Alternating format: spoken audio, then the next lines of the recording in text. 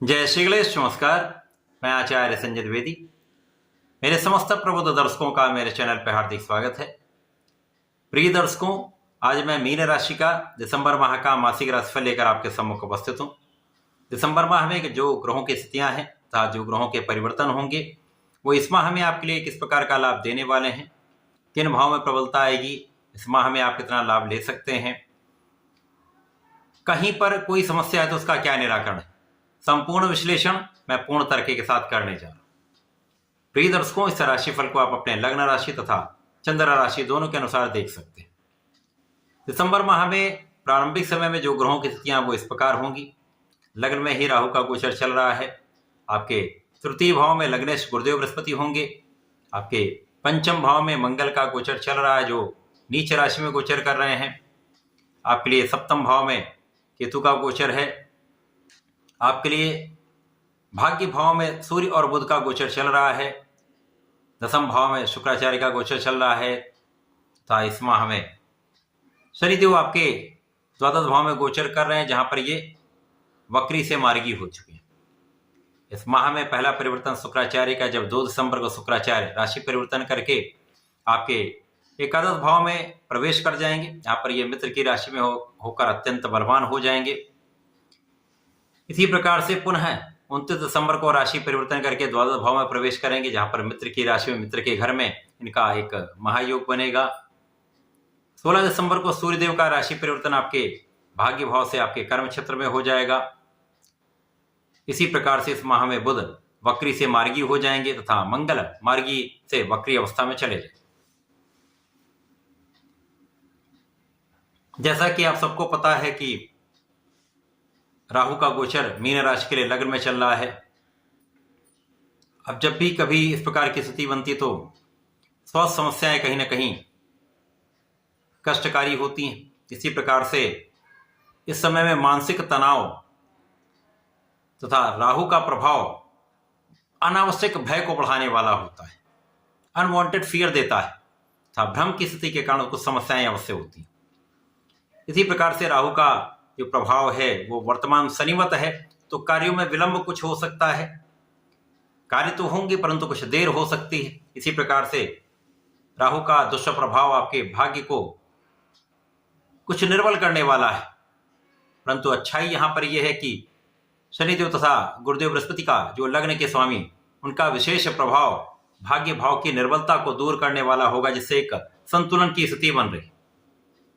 परंतु इस समय में सबसे अधिक जो आपको ध्यान रखना है, वहां पर आपके जो जातक विद्यार्थी हैं उनको बहुत ध्यान रखना है, क्योंकि यहां पर पढ़ाई से मन विरत हो जाता है, पढ़ाई में मन नहीं लग पाता है, अपना आत्मबल कम हो जाता है तथा अनावश्यक कार्यों में मन लगता है, परंतु पढ़ाई में आपको समस्या आती है। जब आपका पढ़ाई में उतना मन नहीं लगता है, आप उतना परिश्रम नहीं करते हैं, पढ़ाई बाधित तो होती है, तो परिणाम भी उसी प्रकार का प्राप्त होता है। अतः इस समय में आपको बहुत धैर्य के साथ, संयम के साथ अपने पढ़ाई के क्षेत्र में पूर्ण रूप से लगना होगा, पूर्ण परिश्रम करना होगा, प्रयास पूर्ण रूप से करना होगा, तभी सफलता मिल पाएगी। इसी प्रकार से संतान के कारण कुछ चिंता हो सकती है तथा यहां पर प्रेम संबंधों के लिए समय बिल्कुल भी अच्छा नहीं है। राहु का प्रभाव जीवन साथी के साथ भी कहीं ना कहीं मतभेद करता है। इसी प्रकार से जो लोग साझेदारी में काम करते हैं, व्यापार करते हैं, किसी प्रकार के प्रोफेशन में हैं, तो यहाँ पर आपसी तनाव बढ़ सकता है, क्योंकि यहाँ पर भ्रम के कारण कुछ स्थितियां ऐसी बनेंगी जब आपके मध्य में समस्याएं उत्पन्न हो जाती। परंतु यहाँ पर गुरुदेव बृहस्पति का प्रभाव है। गुरुदेव बृहस्पति जो लग्न के स्वामी हैं, उनका प्रभाव विशेष रूप से यहाँ पर आपको बल प्रदान करने वाला है, जिसके कारण आपके मानसिक द्वंद्व समाप्त होंगे। कहीं ना कहीं एक बैलेंसिंग स्टेज बन रही है। राहु जो अपना उनका नेगेटिविटी का प्रभाव है वो भी दे रहे हैं, परंतु गुरुदेव का एक अच्छी स्थिति में होना, आपके भाग्य पर प्रभाव, आपके सप्तम पर प्रभाव, ये कहीं ना कहीं संतुलन बना रहा है, जिसके कारण यदि आप थोड़ा सा भी ध्यान दे लेंगे तो समस्याएं कम से कम होंगी। जीवन साथी के साथ भी सामंजस्य बन जाएगा। जब साझेदारी में भी आप यदि सोच विचार कर धैर्य से निर्णय लेंगे तो समस्याएं कम से कम होंगी। गुरुदेव का प्रभाव आपके धैर्य के साथ साथ आपके ज्ञान को बढ़ाने वाला है। आपके लाभ को बढ़ाने वाला है। यहाँ पर भाग्य का भले ही उतना साथ ना मिले, परंतु आप परिश्रम पूर्ण करेंगे, अपना प्रयास करने का आप प्रयास करेंगे, जिसके लिए आपके कार्य क्षेत्र में आपको लाभ तो अवश्य प्राप्त होगा।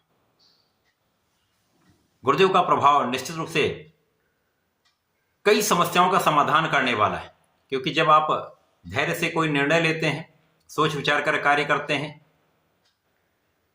जब आपको पता होता कि यहाँ पर कुछ कष्ट आ सकता है या समस्या आ सकती है, तो उसका निराकरण करने का प्रयास कर लेते हैं, तो समस्याएं कम से कम होती या समस्याओं का समाधान हो जाता है। ऐसी स्थिति बन रही।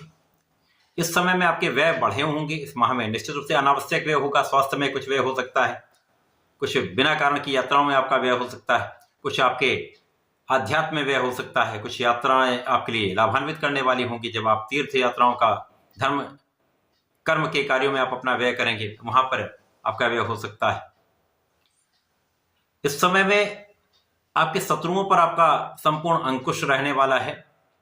शत्रु किसी भी प्रकार का हो, वहां पर उसका पराभव होगा। इसी प्रकार से कानूनी समस्याओं में आपका पक्ष बलवान रहेगा, आप विजयी रहेंगे। कुछ ऋण बढ़ सकता है, परंतु यहां पर भी कोई कठिन समस्या नहीं।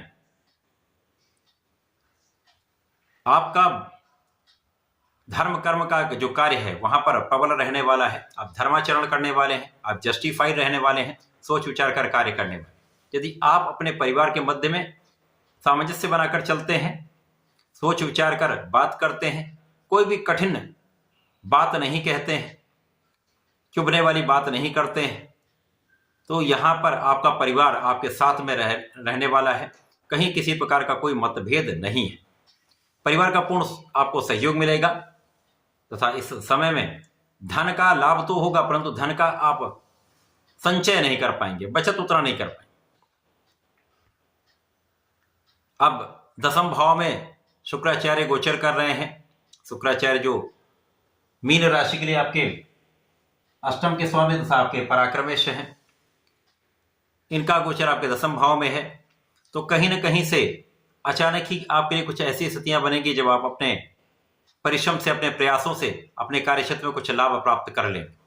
कुछ सुख सुविधाओं का आप अर्जन कर पाएंगे, साधन आप बढ़ा पाएंगे, माता पिता का सहयोग मिलेगा, माता पिता का आशीर्वाद भी आपको प्राप्त होगा। पूर्ण रूप से यहाँ पर जो सूर्य देव हैं आपके लिए भाग्य भाव में बुध के साथ गोचर कर रहे हैं। बुध जो दो केंद्र के स्वामी होकर इनका गोचर भाग्य भाव में। तो जैसा राहु का दुष्प्रभाव है, राहु का यहाँ पर प्रभाव पड़ रहा है, तो इसलिए बहुत अच्छा लाभ तो नहीं मिलेगा, परंतु बहुत कोई कठिनाई भी नहीं हो। आप यदि किसी चीज के लिए प्रयासरत रहेंगे, किसी भी प्रकार के कार्य में लगे रहेंगे, तो वो कार्य आज नहीं तो कल आपका बन ही जाएगा। तो ऐसी स्थितियां बन रही हैं कि प्रयास करने पर कुछ देर से ही सही कार्य बनेंगे। अब जब पहला परिवर्तन आपका एकादश भाव में हो जाएगा, तो शुक्राचार्य लाभ भाव में होकर निश्चित रूप से आपके लाभ को बढ़ाएंगे। अचानक कुछ धन लाभ हो सकता है, अचानक कुछ पद की वृद्धि हो सकती है, अचानक कुछ आपके कॉन्ट्रैक्ट्स आपको प्राप्त हो सकते हैं, व्यापारिक भाव में प्रगति हो सकती है, व्यापार का कुछ विस्तार हो सकता है। तथा सर्वाधिक महत्वपूर्ण यह जो आपके शिक्षा के मार्ग में समस्याएं आ रही थी, वहां पर इनका निदान प्रारंभ हो जाएगा। यहाँ पर आपका ज्ञान का भाव प्रबल होने लगेगा, आपका शिक्षा में मन लगने लगेगा, संतान पक्ष भी बलवान होगा तथा इस समय में आपके संतान से आपको सुख भी प्राप्त होगा। इसी प्रकार से जब सूर्यदेव का परिवर्तन आपके दसम भाव में हो जाएगा, तो ये राहु के प्रभाव से मुक्त होकर दसम भाव में दिग्बली हो जाएंगे। यहाँ पर मित्र की राशि में होकर अत्यंत बलवान स्थिति हो जाएगी। तो कार्य क्षेत्र में पूर्ण रूप से आप सफलता प्राप्त करने वाले, लोगों का सहयोग भी मिलेगा। शासन प्रशासन प्रशासनिक सेवाओं से विशेष लाभ मिलता है। विशेष रूप से सरकार से जुड़कर यदि कोई कार्य करते हैं, तो वहां पर विशेष रूप से आपको अच्छा धन, अच्छा लाभ प्राप्त होने वाला है। यदि किसी सरकारी कार्य से कोई यदि सरकारी कार्य आप कराना चाहते हैं, यहां पर ऐसा योग बना जब आपका कार्य सिद्ध हो सकता है। इस माह में जब सूर्य का प्रभाव दसम भाव में होकर आपके सुख के भाव पर होगा, तो सुख साधन तो बढ़ेंगे ही, आप उनका पूर्ण रूप से उपयोग भी करेंगे, उपभोग भी करेंगे। इन साधनों से आपको लाभ भी मिलेगा, जनता का पूर्ण सहयोग भी मिलेगा। तो जो लोग राजनीति से संबंध रखते हैं, उनके लिए भी अब स्थितियां पहले से बेटर हो जाएंगी, जब लोगों का सहयोग आपको आगे बढ़ाने वाला होगा। अब जब 29 दिसंबर को शुक्राचार्य आपके द्वादश भाव में चले जाएंगे तो यहाँ पर एक विपरीत राजयोग बनेगा तथा मित्र की राशि में होकर विशेष लाभ का योग बनने वाला। तो आपके लिए जो यात्राएं हैं विशेष रूप से लाभान्वित करने वाली होंगी। विदेश जाना चाहते हैं, विदेश जाकर आप लाभ ले सकते हैं। जो लोग विदेश में रहकर कार्य कर रहे हैं उनके लिए बड़ा लाभ यहाँ पर प्राप्त हो सकता है। यद्यपि यहाँ पर शुक्राचार्य का प्रभाव धन वैभव बढ़ाने वाला होगा, परंतु यहाँ पर कुछ भोग विलास की अधिकता भी हो सकती है। यदि यहाँ पर आप नियंत्रण कर लेते हैं तो किसी प्रकार की बड़ी समस्या का योग नहीं है। दिसंबर माह में मीन राशि के जातकों को नियमित रूप से भगवान श्री हरि की शरण में रहना चाहिए।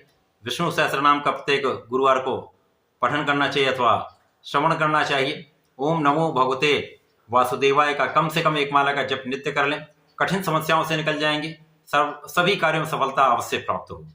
देर से ही सही लाभ अवश्य मिलेगा। तो ऐसा करके इसका लाभ लें। धन्यवाद। नमस्कार।